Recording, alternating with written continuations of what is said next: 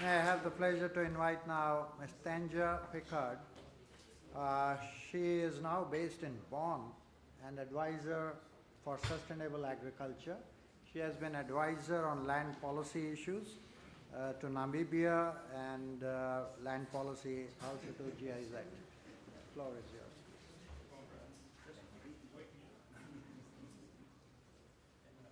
Okay. Yes, I will. Thank you. Yes, thanks a lot to the previous speaker. I'm afraid I will not be able to cope with your pace and also with your dynamics, but I'm very grateful because everyone in the room is awake now and can hopefully very well listen to me. I would like to present to you a case study that we did on the rice value chain in Nigeria. I was asked to do something here on the relation between food losses and climate change. That's why I chose this case study, because we calculated the ecological footprint by a life cycle analysis in this case. Just because I dropped all my introductory slides because of time constraints, a few words on introduction. I very much agree with the keynote speaker that the figures that we always hear about food losses are very rough and very estimative. And I also discovered in many of the presentations here today that there is a big risk of overestimating food losses, because many of the speakers just sum up percentages at the various steps of the value chain instead of referring the percentage back to the figure and to the amount harvested, which would be very, very important. So I come to a bit lower figures in my studies here.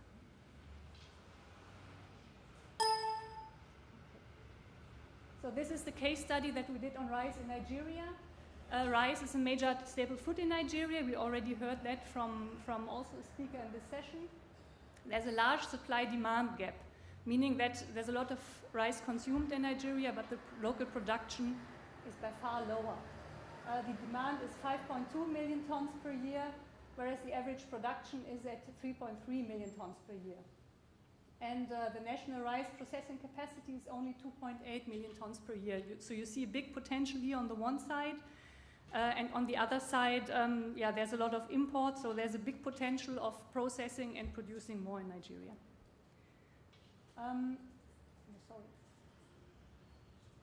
Now, looking at the rice value chain in Nigeria, we interviewed in the study more than 200 rice farmers, 30 millers, 30 marketers. So we tried to cover the whole value chain in this study. We analyzed the steps in the value chain of cultivation, harvest, storing, processing, and distribution. The focus was on lowland rice production. We wanted also to determine, on the one hand, the quantitative losses, and on the other hand, the qualitative losses.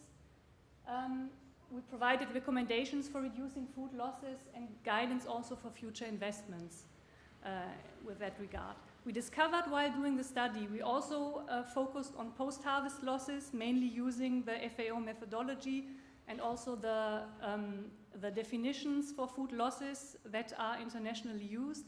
But we discovered especially that the pre-harvest stages are very important. Also in other case studies we did on other products. It starts with the choice of seeds, for instance. It starts with the soil working. If you think about aflatoxin is already present in the soil, so you have to start way before post-harvesting, way before harvest even, if you want to look at food losses. Now, what we did, just a few words on the background. At least 90% of the rice farmers in Nigeria are subsistence-oriented. The average farm size is quite small, only 2.5 hectares. The average yields are very low, 2 to 3 tons per hectare, which is more than 25% below the world average. And the cultivation, we heard that already, is mainly done in a manual way, with direct seeding, with sickle harvesting, with manual threshing. We then compare two different value chains. One is the traditional one that was already presented here, where the processing happens at the farm, where the producers process themselves and do the parboiling process with fuel wood on open fire, which leads to deforestation and also indirect land use changes then. drying on mats, we saw already a picture, small-scale milling with diesel-driven mills. The result is a low-quality product, and the co-products like grains and husks of the rice are only seldomly used, if at all. On the other hand, we looked at an industrial processing plant which purchases the paddy and then starts an integrated processing, meaning that they do milling, parboiling, drying, polishing, and color sorting within that plant. The rice husks in this case are used as burning material. The result is a high-quality product, and the co-products are valued and used. The brands for burning, the husks, other way around, husks for burning, brands for animal feed, and you only have a very, very minimal quantity of losses here. It was even not measurable. So the losses in this value chain, in the industrial processing value chain, occurred before, at farm level and on the transport to the processing plant. I also brought some pictures, so you see the harvesting, seeding, working in the fields with sickles and with hoes. You see here the traditional parboiling process on the farm. You see the drying on mats. You see the rice mills that are often used in Nigeria, the diesel-driven ones. And what you see in the background is the waste that is produced here. It's just thrown normally into the landscape, and it piles up into unused waste fields. And this is the industrial processing plant. I only unfortunately brought you one picture that processes the rice in a much more efficient way. I brought you some figures regarding the overall value chain, and then focusing on the traditional processing. You see the figures that are underlined in green that I will focus on. You see at the bottom the 24.9%. This is the total losses that we have quantified for the rice value chain in Nigeria. And I also underlined the points that are of biggest interest for reducing food losses. On the one hand, it's harvest. A lot of rice panicles are damaged during harvest, and it's the threshing and winnowing of paddy that we also saw in the presentation of the previous speaker. And then another point is the parboiling at the farm, the traditional parboiling process, especially when it comes to drying of the parboiled rice. Here a lot of losses in quality and quantity are produced. Now, I promised you in the beginning, we looked at the environmental footprint. I only want to show you here the emission part of that footprint. It also contains water, land use, and so on. But the most interesting, to my understanding, were the emissions here. You see again the comparison between the traditional value chain in Niger State in Nigeria and the industrial value chain in Niger State in Nigeria. You see the different contributions in tons of CO2 equivalents of the final product. You see methane production, other field emissions, fertilizer, and so on. What is the most interesting part here and what makes the difference? You see a big difference between the traditional and the industrial value chain. The industrial creates much lower emissions because of the parboiling process, because they don't use the wood of the forest around, but they use the remaining products of the rice. So it's better for the climate. It produces less losses and is as well better for the climate. If we refer those findings to the value of the rice, it becomes even clearer, because in the industrial processing value chain, a higher product is the outcome.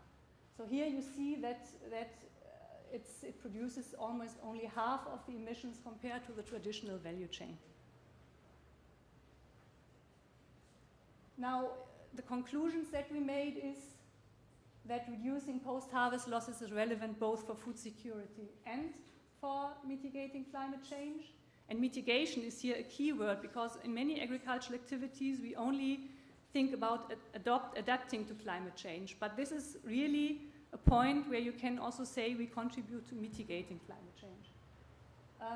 Parboiling contributes significantly to climate change and to the negative impact on surrounding landscapes.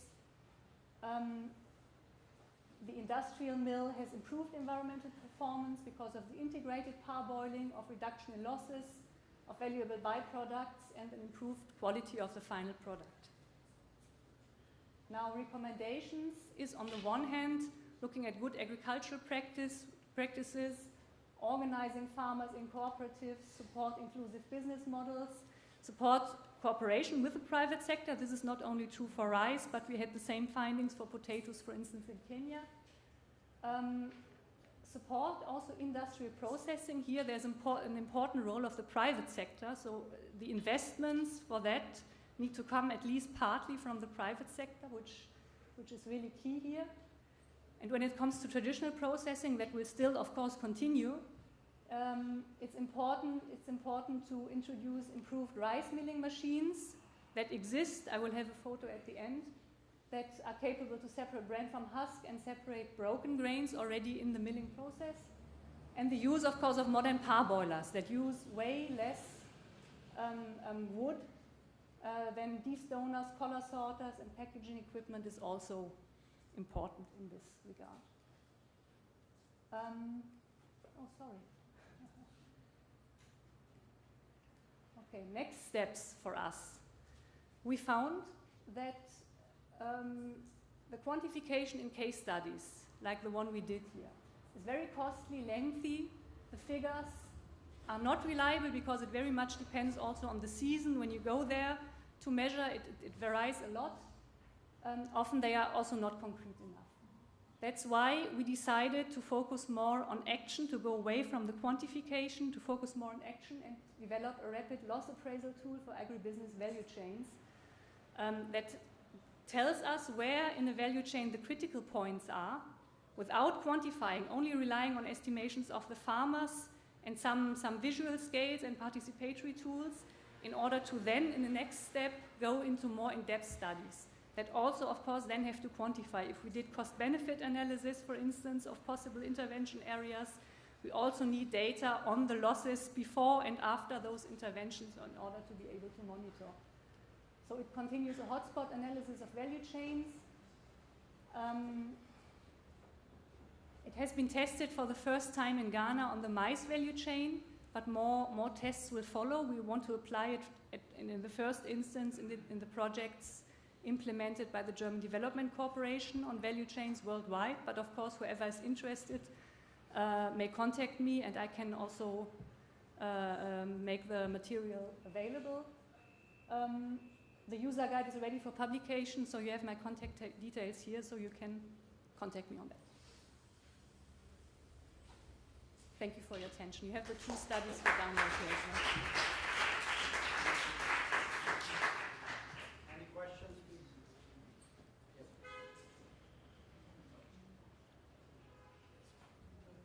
Yes. There's no mic. Okay, I'll speak up. My name is Phil Villas. Oh, okay.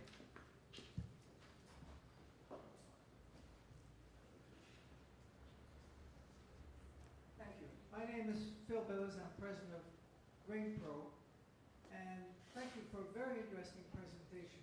The thing that struck me is you show a very low loss factor for storage losses. Mm-hmm. We've seen very high factors. I think the difference is length of storage. Conventional storage, particularly in hot, humid countries, is very short. Hermetic storage can extend it to a year, and less than that for milled rice. So how do you take into account that variable, since there's great value in being able to store till the next crop? I think it's an important topic. Still, we had similar findings when we first tested the rapid appraisal tool for losses in maize in Ghana. There as well, farmers said that storing is not an issue for them. It's more the transport from the fields to the stores, the bad roads, and the rain that falls on the grains. Of course, then if you have grain that is not dry enough in the stores, it will spoil. So there's also a link here. To my knowledge, storing is very important, but I think we have to focus on the whole value chain and to find out where the real hotspots in specific value chains are, and then focus on those activities. And it can be storage, it can also be something else which is of greater priority. It depends.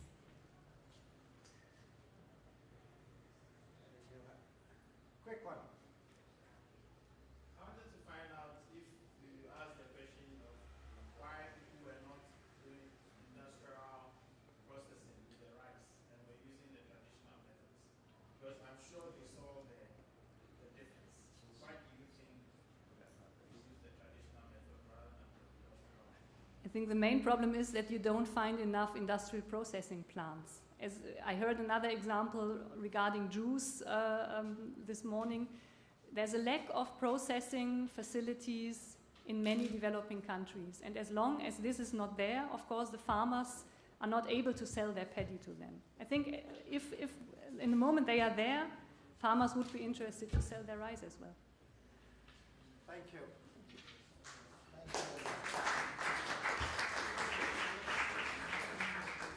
Our last speaker of the day, Ms. Margaret